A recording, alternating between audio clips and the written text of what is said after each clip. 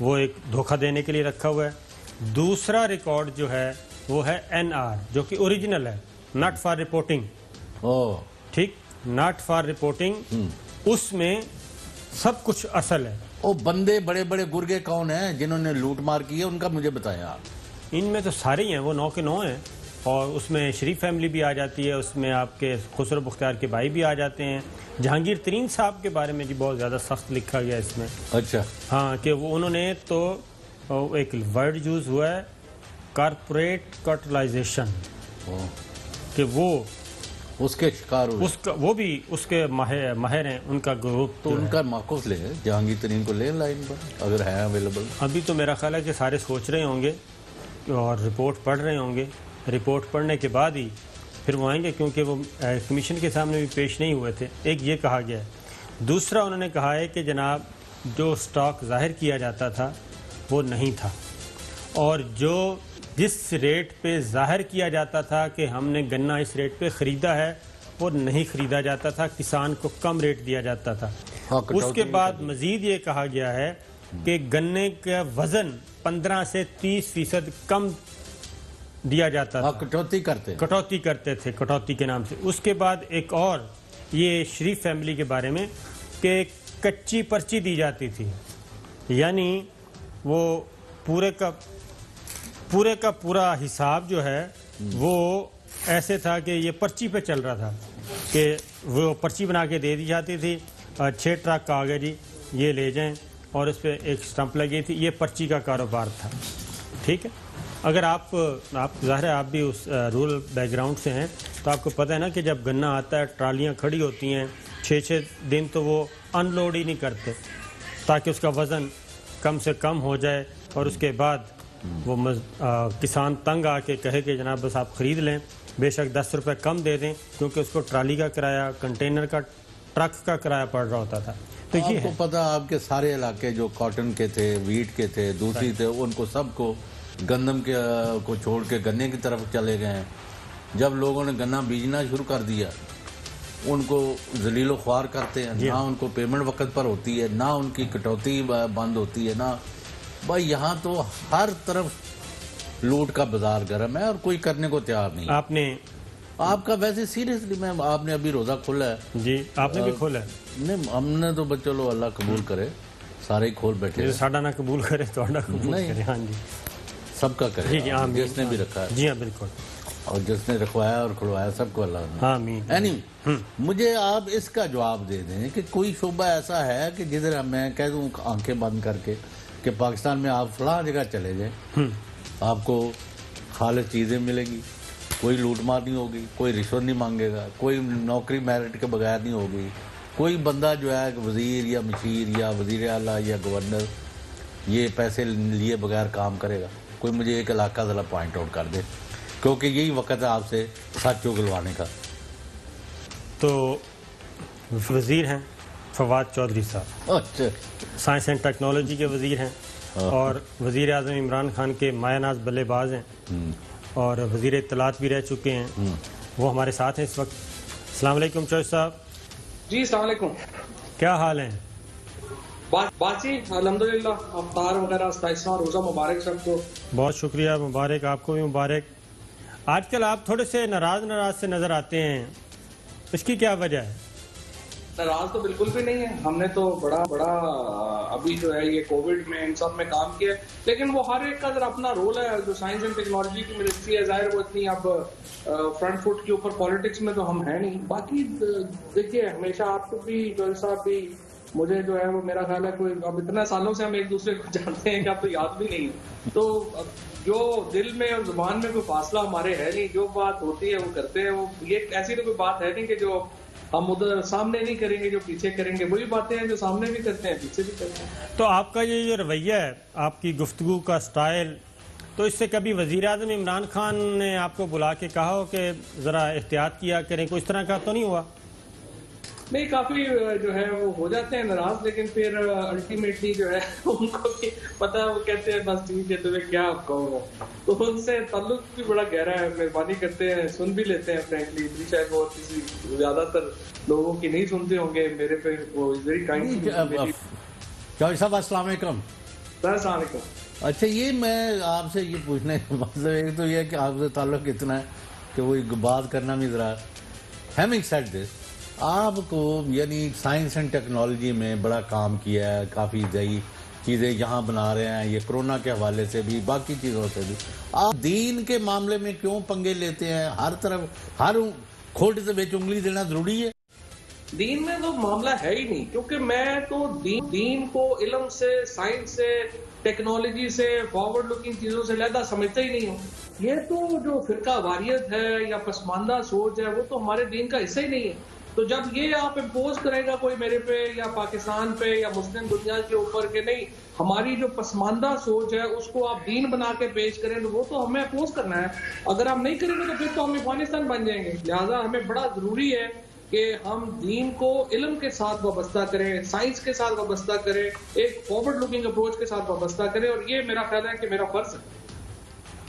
اچھا تو جو صاحب رویت حلال کمیٹی کے ساتھ آپ کا پھر ایک پنگا پڑنے کو ہے, بس میچ کل میرا خیال ہے کل آپ نے پریس کانفرنس کرنی ہے, تو آپ ان کی حقانیت کو تسلیم نہیں کرتے اور وہ آپ کی حقانیت کو تسلیم نہیں کر رہے, تو عید کب ہے؟ دیکھیں پہلی بات تو یہ ہے کہ حقانیت کا تو مسئلہ ہے نہیں. میرا ذاتی طور کے اوپر تو جو مفتی منیب الرحمان صاحب ہیں, موفل عزیز صاحب ہیں, میرا بڑا احترام ہے. میری ان سے ملاقات بھی جب بھی ہوتی ہے وہ ہمیشہ بڑی خوشگوار رہتی ہے, اور ہمیشہ جو ہے ان کے ساتھ جو باتیں ہیں وہ میں کھل کے کرتا ہوں.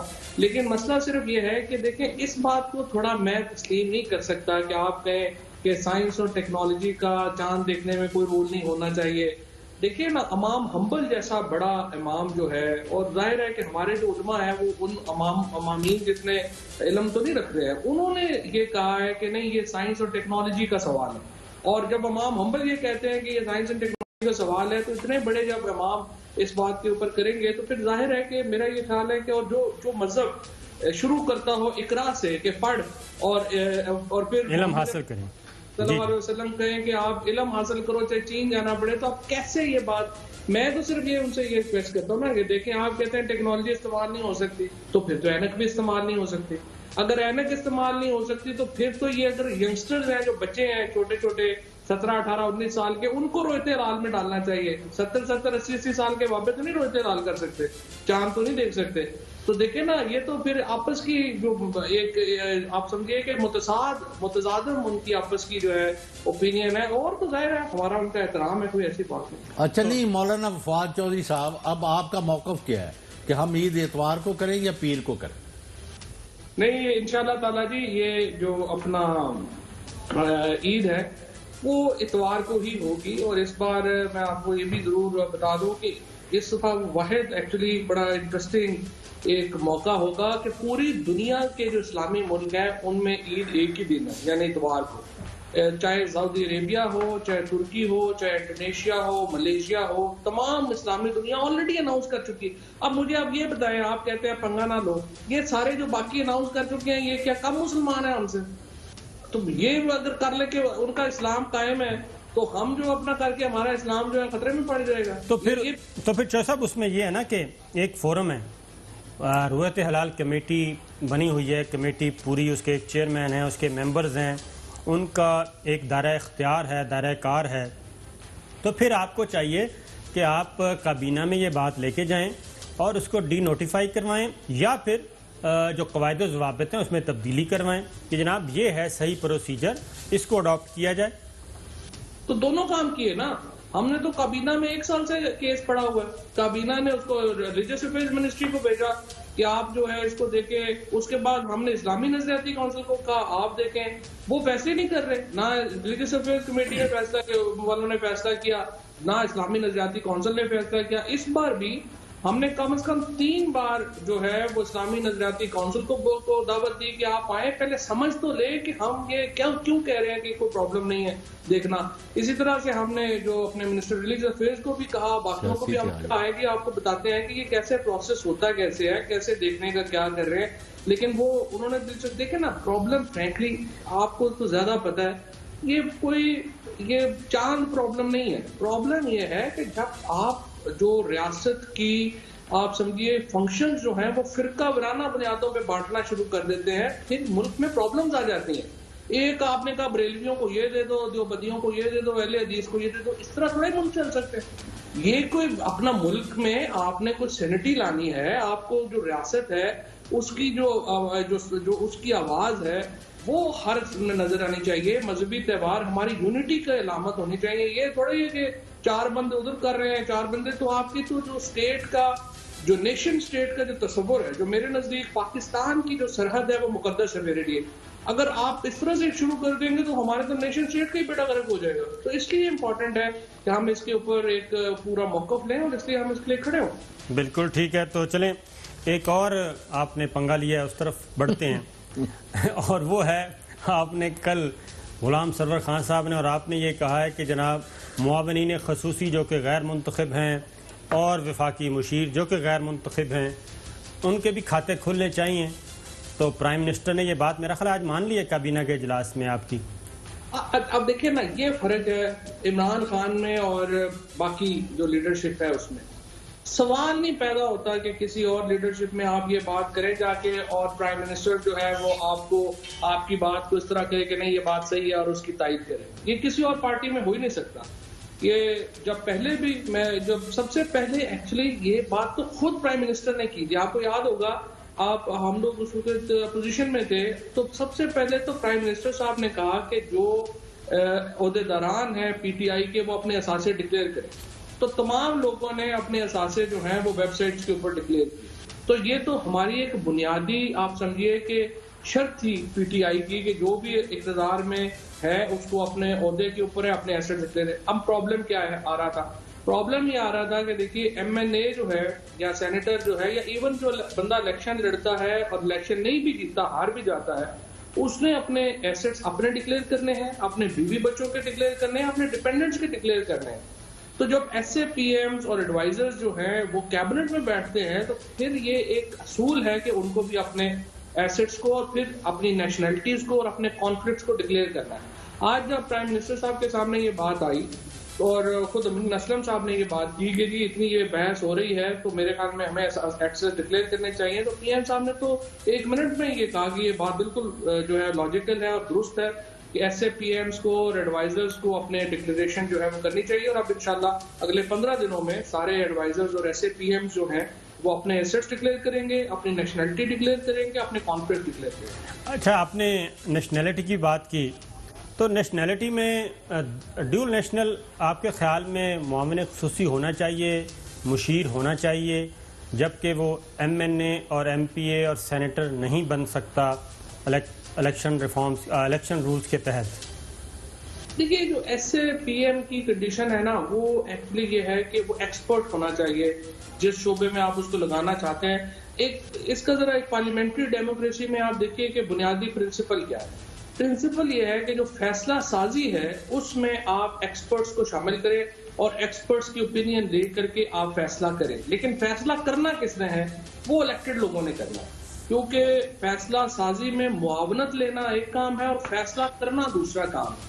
تو ان پارلیمنٹری ڈیموکریسی اٹس آلویز جو پرنسپل ہے کہ آپ ایسے پی ایمز لگا سکتے ہیں، ایڈوائزرز لگا سکتے ہیں، لیکن فیصلہ کرنے کا اختیار جو ہے وہ پھر الیکٹڈ جو ریپرزنٹیٹیو ہوگا اس کے پاس ہوگا۔ ایس اے پی ایم اس لحاظ سے ان کے غیر ملکی ہونے میں کوئی پرابلم نہیں ہے، اور ایکچولی اگر آپ اس کی شرط دیکھیں تو اس میں تو یہ بھی نہیں ہے سپریم کورٹ کا ایک فیصلہ موجود ہے، چیف جسٹس ثاقب نثار صاحب تھے، شجاعت عظیم تھے پرائم منسٹر کے ایڈوائزر، ان کو ڈسمس کر دیا تھا اور پھر ان کو فارغ کر دیا تھا ڈیول نیشنلٹی کی بنیاد پہ۔ لیکن اس میں صاحب جو لیٹسٹ فیصلہ ہے نا سپریم کورٹ کا وہ ہے زلفی بخاری صاحب کے کیس میں جی، اور زلفی بخاری صاحب کی اپوائنٹمنٹ جو ہے وہ چیلنج ہوئی تھی، وہ سپریم کورٹ نے اپہیلڈ کر دی۔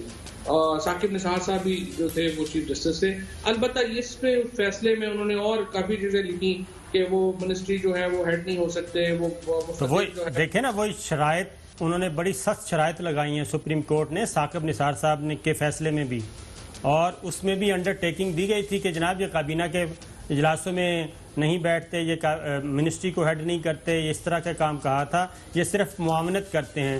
تو اس کی بنیاد پہ وہ ٹیکنیکل گراؤنڈز پہ وہ بچ گئے تھے ڈسکوالیفیکیشن سے۔ بالکل آپ کی بات ٹھیک ہے، اس میں کافی جو ہے وہ کنڈیشنالٹیز عائد کی گئی تھی، اور وہ جو بھی ابھی اس وقت ایسے پی ایمز ہیں وہ سپریم کورٹ کے اس فیصلے کے اندر رہتے ہوئے اپنے فرائض انجام دے سکتے ہیں۔ چودھری صاحب 2 چھوٹے چھوٹے سوال ہیں لیکن ان کے تفصیلی جواب دیں۔ ایک تو یہ ہے کہ پی ٹی آئی ملک میں کیا لوگوں کے لیے کرنا چاہتی ہے؟ عام آدمی کی زندگی میں عذاب اور سلاب اور طوفان بدتمیزی اور مہنگائی کے علاوہ کوئی اچائی بھی لانی ہے یا ان کو اسی پر گزارا کرانا ہے؟ یہ ہے تبدیلی۔ نمبر 2، یہ شہباز شریف صاحب جو ہے جن کے اوپر اربوں روپے کے کیسز جو ہے اب یعنی تقریباً یعنی فلوٹنگ آن دی سرفیس، یعنی سامنے نظر آ رہے ہیں کہ بہت زیادہ، اور باقی بھی، ان کا کیا مستقبل ہے اور آپ کیا سمجھتے ہیں کہ یہ کر کیا رہے ہیں ملک کے ساتھ؟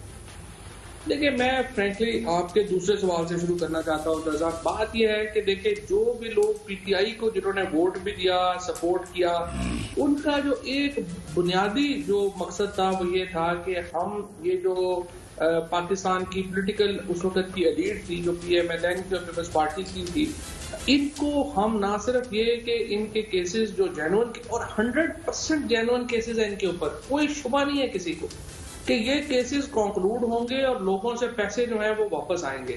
یہ سب سے بڑا ایک پی ٹی آئی کے ورکر کا اور جو ہمارا ووٹر ہے اس کی یہ خواہش تھی۔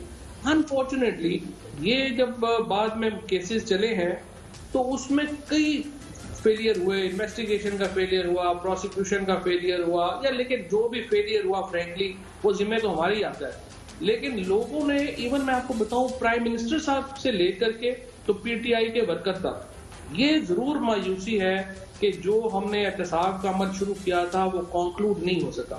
اور پرائم منسٹر صاحب پہلے دن سے بار بار یہ بات کرتے رہے، اور نیب کو بھی جو ہے وہ جب بھی انہیں موقع ملا مختلف جگہوں پہ انہوں نے یہی کہا کہ آپ اتنا اپنے آپ کو اتنا نہ سپریڈ کریں، اینا نہ کھلار لو اپنے آپ کو کہ بعد میں جو ہے وہ کیس آپ کنکلوڈ نہ کر سکیں۔ لیکن انفارچونیٹلی جو پرائم منسٹر کی ایڈوائس تھی اس کو اتنا ایڈہیئر نہیں کیا گیا، جس کی وجہ سے ہم روز سنتے ہیں کہ نیا کیس کھل گیا، وہ جی فلانا اپنا نیا وارنٹ جاری ہو گیا ہے، پچھلے کیسز کا پتہ ہی نہیں۔ یہ اس کا کوئی جو ہے وہ نہ فائدہ ہے، نہ فرینکلی اس کو کوئی لوگوں میں اس طرح سے اس کی کوئی کریڈیبلٹی رہ جاتی ہے سسٹم کی۔ سو میرا خیال ہے جو پرائم منسٹر صاحب نے بات شروع میں کی تھی اس کے اوپر واپس جانا چاہیے تھا۔ جو ہمارے کیسز ہیں نواز شریف صاحب پہ، شہباز شریف صاحب پہ، باقی لوگوں کے اوپر، وہ میرٹ کے اوپر کیسز ہیں، ان کے اوپر جو ہے وہ فیصلے ہونے چاہیے۔ چودھری صاحب ایک بریک پہ جاتے ہیں۔ بریک پہ جانے سے پہلے آپ کے لیے سوال یہ ہے کہ ہمارے نظام میں اتنی سخت ہے کہ اکیلا پرائم منسٹر یا اکیلا ایگزیکٹو یہ سارے کام کر سکے جبکہ باقی آرگنز جو ہیں وہ اس کو سپورٹ نہ کر رہے ہیں۔ بریک کے بعد آپ سے اس کا سوال کا جواب لیتے ہیں۔ ویلکم بیک ناظرین، چودھری فواد حسین صاحب ہمارے ساتھ ہیں۔ چودھری صاحب یہ بتائیں، یہ عید کے بعد جو ٹارزن نے آنا ہے وہ ٹارزن کون ہے؟ وہ وزیر اعظم عمران خان ہیں، چیئرمین نیب ہیں، کون ہے وہ؟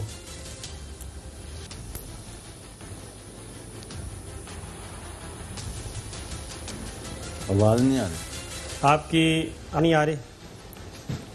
یہ کہ جو پہلے 2 سالوں میں ماحول تھا نا اکاؤنٹیبلٹی کا، جی، وہ اگر اگلے جو ہے وہ 4-6 یہ نواز شریف کے فرینکلی باہر جانے سے اکاؤنٹیبلٹی کو بڑا نقصان پہنچا ہے۔ کس نے بھیجا ان کو؟ فواد چودھری نے بھیجا ہے۔ وہ ہنس کے نہ ٹالیا کرو۔ نہیں، وہ آپ کے سامنے ہے، اسی تو جو رولا پا سکتے تھے اسی تو رولا پایا کہ نہ بھیجو بس چلے گئے۔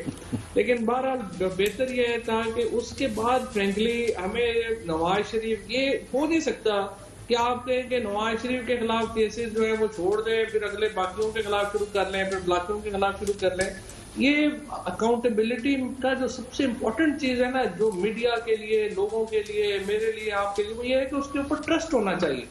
اور لوگوں کو 2 چیزیں امپورٹنٹ ہیں، ایک تو یہ ہو رہا ہے کہ اس میں کوئی باعث نہیں ہے، اور دوسرا یہ ہے کہ یہ فیئر ہے سب کے لیے۔ اب یہاں پہ جب نواز شریف باہر چلے گئے اور جیسے آپ نے اور غلام حسین صاحب نے، ہم نے اتنا شور مچایا تھا انہوں نے واپس نہیں آنا، وہ نہیں آئے، اب وہ واپس آ نہیں رہے ہیں۔ اس سے فرینکلی اکاؤنٹیبلٹی کا جو ہمارا ایک پورا پیراڈائم تھا جو ہم نے کھڑا کیا تھا، اس کو بہت جو ہے وہ گزند پہنچی ہے، اور اس کی ریکوری کے لیے بھی اب ٹھیک ٹھاک ایک ایفرٹ کی ضرورت ہے۔ سو فرینکلی کوئی ٹارزن آ جائے یا کوئی گوریلا آ جائے یا کچھ ہو جائے، اب اس کا اتنا فرق نہیں پڑتا۔ پاکستان تحریک انصاف یہ پورس کا ہاتھی تو نہیں ثابت ہو رہی عید کے بعد؟ آج شوگر کرائسس کی رپورٹ آئی ہے، اپنی وزیروں کو مشیروں کو بھی رگڑ دیا، اس کے بعد آئی پی پیز کی رپورٹ آنے والی ہے، وہ ذرا تھوڑا سا ڈیلے ہے، اس کو مؤخر کیا گیا، اس میں بھی مشیر اور معاونین خصوصی جا رہے ہیں. یہ کیا ہو رہا ہے؟ دیکھیں بات یہ ہے کہ جو عمران خان کا جو فرینکلی آپ جو بھی ان کو قریب سے جانتے ہیں، ان کا ایک بڑا شروع سے کنوکشن ہے کہ میں نے یہ جو کارٹلز ہیں، مافیاز ہیں بڑے بڑے، ان کے اوپر میں نے ہاتھ اتارنا ہے. اور انہوں نے ہمیشہ جو ہے وہ اس طرح، کیونکہ دیکھیں نا عمران خان کو ایج ہے جو باقی شاید پاکستان میں بڑے کم لوگوں کو ہے. ان کی ایک تو ان کو پیسے وغیرہ کا کوئی پرابلم نہیں ہے، نہ تو ان کا کوئی یہ کوئی دھیان ہے کہ میں نے باہر میرے اکاؤنٹ ہونے چاہیے یا میرے پاس ملینر ہونے چاہیے، کوئی ایسا ان کا پرابلم ہے نہیں. وہ پولیٹیکل لیگیسی اپنی جو ہے وہ فیملی میں ان کی پولیٹیکل لیگیسی کو بڑھانا کا ان کا کوئی پرابلم نہیں ہے.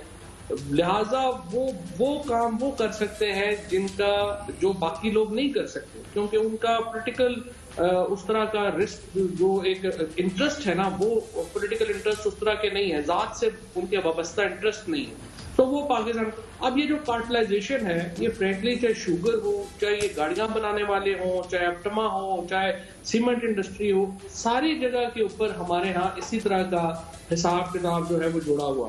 اب جب آپ نے اس میں شوگر میں ہاتھ ڈالا، وہاں پر بھی اسی طرح کی جو ہے وہ بے شمار چیزیں ہیں وہ جو ہے وہ باہر آ رہی ہیں، نکل رہی ہیں. لیکن یہ جس طرح سے آپ نے بات کی نا، اب یہ دیکھیے سارے میں جو ہماری حکومت ہے پی ٹی آئی کی، آپ بریک لگا رہے ہیں، ذرا کھل کے بولیں. نہیں، جس طرح سے پی ٹی آئی کی جو سبسڈی ہے وہ ہے 2 ارب روپے کی، اور جو پیپلز پارٹی اور پی ایم ایل این کی سبسڈی ہے وہ 18 ارب روپے کی ہے. اب جب سے یہ رپورٹ ریلیز ہوئی ہے فرینکلی، وہ 18 ارب روپیہ تو ڈسکس ہی نہیں ہو رہا کہیں. ہر جگہ کے اوپر جو 2 ارب روپیہ دے دیا ہے وہ سارا جو ہے وہ پلے پڑ گیا ہے، اور یہی ہمارے یہاں ٹرینڈ ہے. اور میں پہلے فرینکلی میں نے یہ وارن بھی کیا تھا کہ یہ باقی جو اصل جنہوں نے اس میں کھائی ہے، چوریاں کھائی ہیں، ان کا کسی نے نام بھی نہیں لینا، اور ہمارے جو لوگ ہیں ان کی گردن اس میں پھنس جانی ہے. اور یہ انفارچونیٹلی میں دیکھ رہا ہوں کہ میڈیا ٹرینڈ جو ہے وہ اسی طرف جا رہا ہے جس کی طرف آپ اشارہ کر رہے ہیں. چوہے صاحب، ایک سوال ہے نیب اتھارٹیز کی طرف سے، ابھی آپ نے کمنٹس دیا تھا، انہوں نے کہا جی 1275 ریفرنس اس وقت عدالتوں میں ہیں، 943 ارب روپے کے یہ ریفرنس ہے جس میں لائبلٹیز بنتی ہیں، 25 اکاؤنٹیبلٹی کورٹس ہونی چاہیے، لیکن حکومت نے ابھی تک صرف 12 فل کی ہیں، اور قانون کے مطابق فیصلہ ہونا چاہیے 30 دن میں، اور اس پہ بھی عمل نہیں ہو رہا، اور حکومت کے یہ کرنے کے کام ہیں. نیب کو دوش کیوں؟ نہیں، لیکن میں تو فرینکلی نیب کو، اسپیشلی جب سے جاوید اقبال صاحب آئے ہیں، میں نے تو ہمیشہ پریز کیا ہے کہ انہوں نے بڑا کنٹریبیوٹ کیا ہے، بڑا کام کیا. جو میں کہہ رہا ہوں وہ یہ کہہ رہا ہوں کہ انہوں نے جس طرح سے ابھی آپ اس پریس ریلیز میں بھی دیکھیں نا، وہ کرے میں 25 عدالتیں دے رہے ہیں، ہمیں کوئی 150 افسر اور بنا دیں فلانے، ہم 1275 ہم نے ریفرنس کر دیے ہیں. میں تو یہ کہہ رہا ہوں اتنے ریفرنس کیس کریں ہی نہ، چھوٹے کریں، تھوڑے کریں جس کو وہ سنبھال سکے. اور پروگرام کا وقت ختم ہو گیا. ناظرین، یہ تھا ہفتے کے پروگرام. انشاءاللہ آئندہ ہفتے شاید منڈے کو ہم حاضر نہ ہو سکیں کیونکہ عید ہوگی. ایڈوانس عید مبارک میری طرف سے، چودھری غلام حسین صاحب کی طرف سے، اور کوشش کریں گے ہم آپ سے عید کے دن ایک ملاقات کر سکیں. تو جناب اجازت دیجیے، اللہ حافظ.